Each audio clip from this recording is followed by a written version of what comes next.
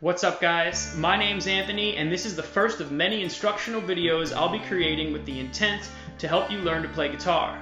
Today we'll explain the proper posture and technique while holding the instrument.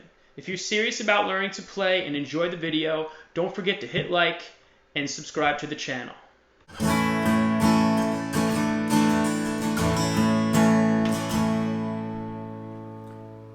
So first I want to go over the two main reasons why technique is so important.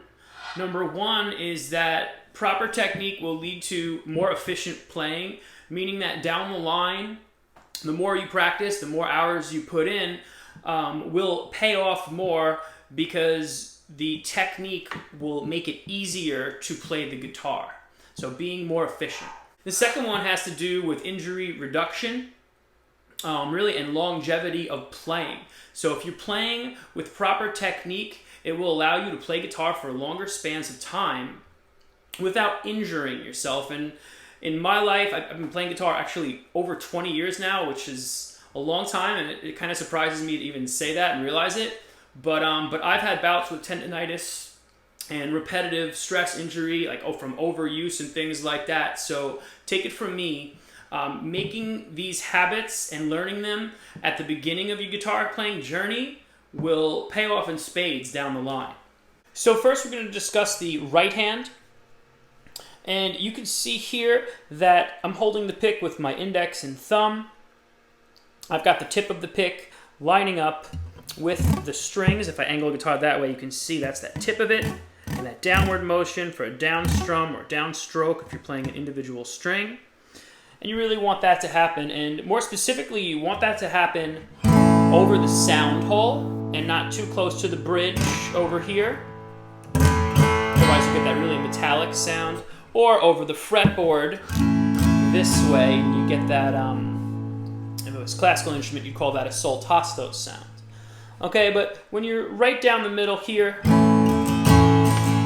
get kind of your default guitar tone that you're aiming for. The other thing I want to just discuss is how you notice here that my arm is relatively straight. You don't see my hand bent like this, putting tension right here on these tendons, or up, or down. I'll show you this angle. Some kids do this. They rest the wrist on the body of the guitar, and that's putting all sorts of unneeded tension and stress right here. That can lead to carpal tunnel. We don't want that, and you don't want to go the other way. I'll put it this way so you can see it, with the wrist bent. I want to try and avoid that also. So I'll just play a little bit. You can watch what the right hand looks like. I'll back up so you can see it in motion a bit more. And I'm just going to improvise a bit.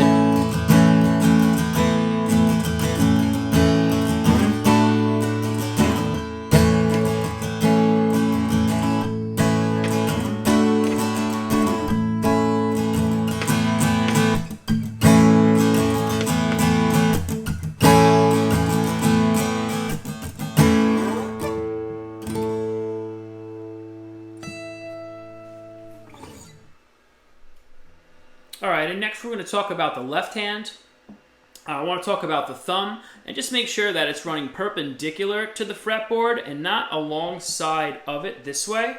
So you really have it this. It can peek over the top a little bit, but you really don't want to have it go over too much and be like that, because then you're going to lift the shoulder, and we don't want that. We want the elbow to be relaxed and the hand to be relaxed.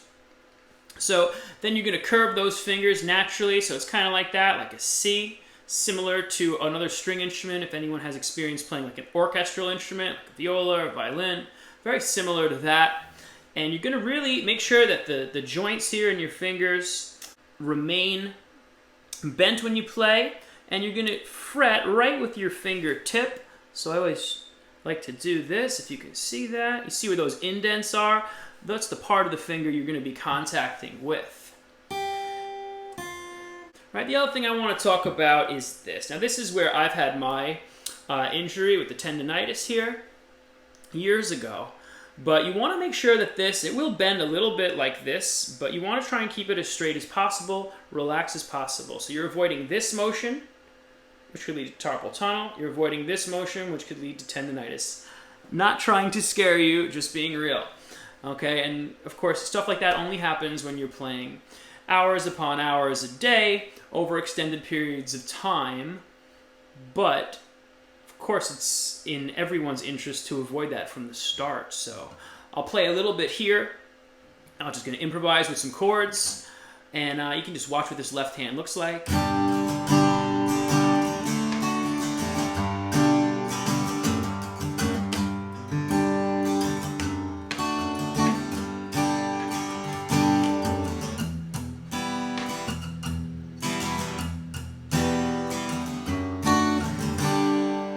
Note that I use the thumb for, I played a D with an F sharp and a bass at that moment, and every once in a while we use the thumb for that, but for the most part it lays back and stays behind the guitar. Okay, and last thing I want to address while I have the camera in this view is where we're fretting to make sure we get good tone. And so if you talk about the frets here, this whole area where I'm moving my finger back and forth could be considered one fret. So if I go to the beginning of the fret, you'll hear, hopefully, kind of like that little pinched sound. This is a very nice guitar, so you don't hear it too extreme. But as I go deeper in the fret, you can hear that tone hopefully become a little bit richer. So just another word to the wise. You want to fret deep within the frets and not deep like over here and not shallow over here.